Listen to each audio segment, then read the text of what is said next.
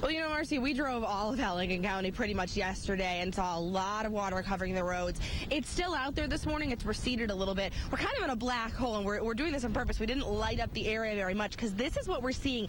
Pitch black roads, and then you look down on the side of the road and you see these. These are the orange flags that were put up yesterday on either side of the flooding. You're traveling 40, 50 miles an hour down the road. You see one of these flags, and then the water starts. If you want to walk with us, we do have some flooding on the side of the road here. You can see just how close it is. Yesterday, this was all up over the road where I'm standing now. It's not all that bad here, but about 50 yards away from the flag is where we started to see the water. On the side of the road, I don't know if you remember yesterday morning, we were in the area where that yellow car was off the road. It is still out here. It is on the side of this road. This is 142nd near 2nd Street. Now, yesterday I would have been in about a foot of water here. It has receded. It is just beyond this, but again, it's pitch black, so you can kind of see where our truck is, the light there. That is where the orange flag is. Just about 10 feet away from where I'm standing, there's flooding. It is very hard to see that. So if you're driving out on these rural country roads, assume that they all have some water on them. Look out for those orange flags. That is what you're going to see before you hit the water. That is what you want to look out for this morning until the sun comes up, because it is pitch black out here. Just about all of the east-west roads that we drove has some sort of water on them. It may only be a few inches, but that's enough to sweep your car away, so certainly be careful out here this morning. Reporting live in Allegan County, Jessica Wheeler, News Channel 3. Yeah, certainly are, Brittany. We've been watching a lot of displaced residents coming and going for the last hour, taking with them what they can in baskets and in bags. You can see the damage now that it is daylight. Public safety officials are telling us they found the body of the woman inside of her third-floor apartment this morning. It was a challenge to find her because the roof had caved in and there was a lot of debris for them to go through.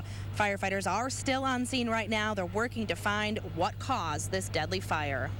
Person said, "Get out, get out, get out, it's a fire, get out, get out." And then I looked around, with just smoke everywhere. It was just before 1 a.m. when residents here at the Village Apartments woke up to chaos. The Tower Inferno.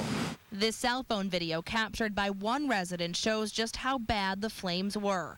While many escaped with only the clothes on their backs, others had to be rescued from their balconies, while flames shot up into the night sky around them. So I open up the front door, and it's just all smoke in the whole hallway. And I look over, and there's just flames coming out. So I knew we couldn't go out the front door, so I could see fire trucks.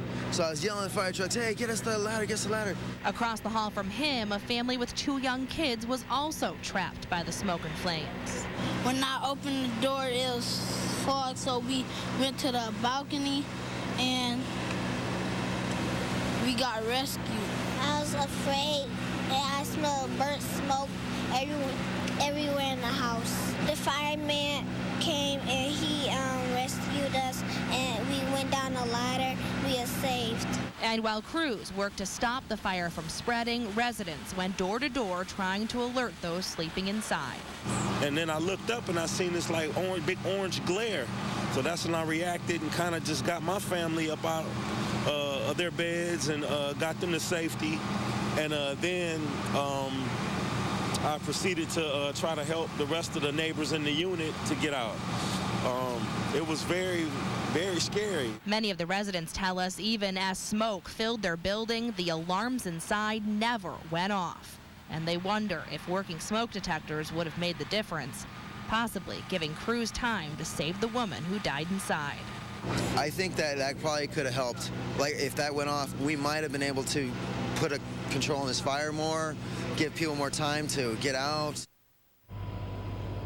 Now, a man who lived in the apartment with the woman who was killed has been taken to the hospital with severe burns. His condition at this time is not known. You can see firefighters still on scene along with the fire marshal and crime scene investigators working to determine just what caused this fire here. Now, just about 5 minutes ago, we got this notice from the apartment management here. They send their condolences for the residents here. They also say that as far as they know, all of their smoke detectors were working. They tell us that safety is always a priority. We, of course, are working to learn more about that. We've been in touch with KDPS officials and been in touch with residents here. You can look for much more coming up tonight at 5 and 6. Reporting live in Kalamazoo, Jessica Wheeler, News Channel 3. Jessica Wheeler joins us live in Portage now. Jessica, what can you tell us? Well, Marcy, if you joined us at 6 o'clock, you know we broke that news on air that the suspect was in custody. We've since been able to get a little bit closer to the crash scene, and I just spoke with a sergeant who, again, confirmed he is in custody. We want to show you this scene here. You can see the dirt marks up here on the road, and there is the car crashed right there into the fire hydrant. You can see the airbags did deploy. Now, this all started as a police stop, a traffic stop on I-94 heading eastbound near Mattawan.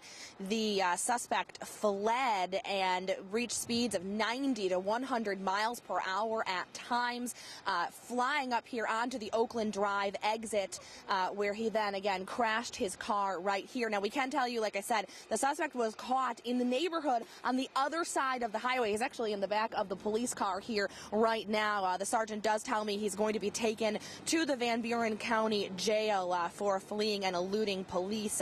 Officers here on scene tell us they credit, again, 4 different departments out here this morning that helped them converge on this area, set up a perimeter. They locked down the entire neighborhood here along I-94, and then a concerned citizen saw someone running in their backyard, called police. They were able to converge on that area on the other side of the highway from where we are.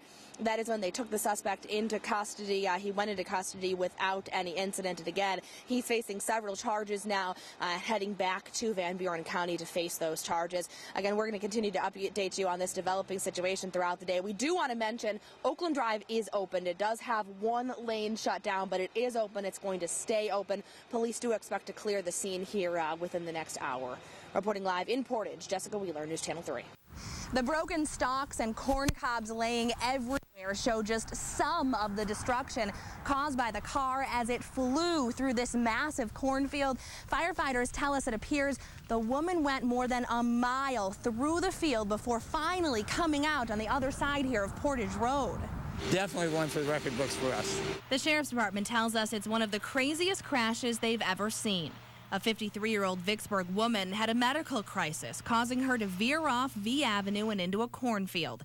They aren't sure how long she spent in there, but say she drove around unconscious for more than a mile before coming out onto Portage Road right into traffic. Basically had a car come out of the corn in front of them out of nowhere. Amazingly, firefighters tell us the woman didn't hit any cars. Instead, she went over the road, throwing pieces of corn everywhere and coming to rest against the trees. It's just something out of the movies. Emergency crews say it took them a while to even notice where the car came from. I actually didn't even realize it came out of the corn. I was wondering how the corn got out here. I didn't even realize they came out of the corn yet. We were too busy. Despite the fact that her blood sugar had bottomed out during the crash, the Sheriff's Department tells us the woman only received minor injuries and is expected to be okay. In Vicksburg, Jessica Wheeler, News Channel 3. Yeah, Aaron, we got here shortly after police crews did. At this point, public safety officials not giving us any information. They're still actively working on this scene. I'll let you see what's going on here. This is Patterson at Cobb Avenue. It is completely shut down, so if you're coming through this area, you need to avoid it. You can see where they're centered. There is a car in the front yard of a house, just a few doors down off of the intersection of Patterson and Cobb. This was originally called in as a car fire with a person trapped inside. We've been watching crews frantically work for the last 45 minutes, and I can tell you about 10 minutes ago they did put a tarp over the car. Of course, that is never a good sign. Police crews on scene, though, not giving us any information as to exactly what happened. We were watching them take apart the car, frantically working to get to a person who was trapped inside.